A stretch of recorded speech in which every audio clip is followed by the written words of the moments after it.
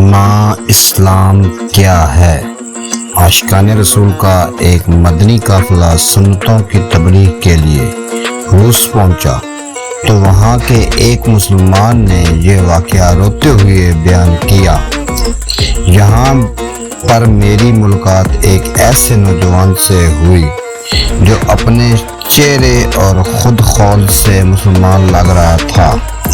ملاقات کے دوران اس نے بتایا کہ میں بھی پہلے مسلمان تھا لیکن اب غیر مسلم ہو چکا ہوں، جبکہ میرے والدین ابھی بھی مسلمان ہیں۔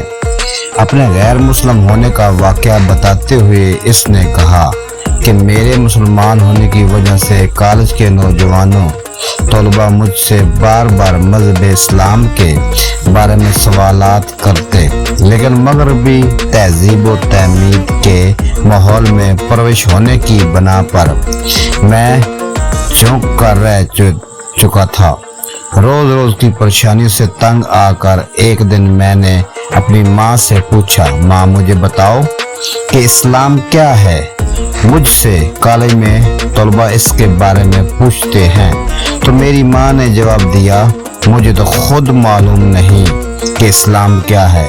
جب میری ماں مجھے اسلام کے بارے میں کچھ نہ بتا سکی تو میں نے سوچا کہ جس مذہب کے بارے میں نہ میں کچھ جانتا ہوں اور نہ ہی میری ماں، تو میں اسے کیوں اختیار کروں؟ چنانچہ میں نے اپنے دوستوں کا مذہب اختیار کر لیا۔ اللہ اکبر۔ پھر وہ نوجوان مجھ سے کہنے لگا، اب آپ ہی بتائیں کہ قصوروار کون ہے، ہم یا وہ مسلمان جن کو اسلام کے بارے میں علم تھا لیکن انہوں نے اسے ہم تک نہیں پہنچایا؟